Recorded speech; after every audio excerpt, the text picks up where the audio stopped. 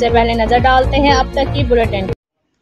पाकिस्तान मुस्लिम league नून जिला खुशाब के सदर डॉक्टर गौस अहमद खान न्याजी ने कहा है कि अल्लाह पाक के फजल करम से हमारी मुसल्लह अफवाज और सिक्योरिटी फोर्सेज ने कौमी सलामती के लिए हमेशा मिसाली किरदार अदा किया है और पूरी कौम को उन पर फख्र है।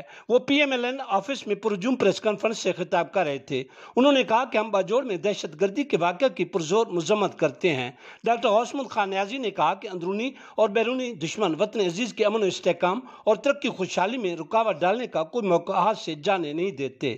प्रेस कॉन्फ्रेंस से खिताब करते हुए XMPA मलक करमिलाई बंदयाल और पाकिस्तान मुस्लिम लीग नून लायर्स फोरम डिस्ट्रिक्ट खुशाब के प्रेसिडेंट एडवोकेट चौधरी अरशद महमूद ने भी बाजोड़ में दहशत गर्दी के वाक़े की पुरजोर मजम्मत की।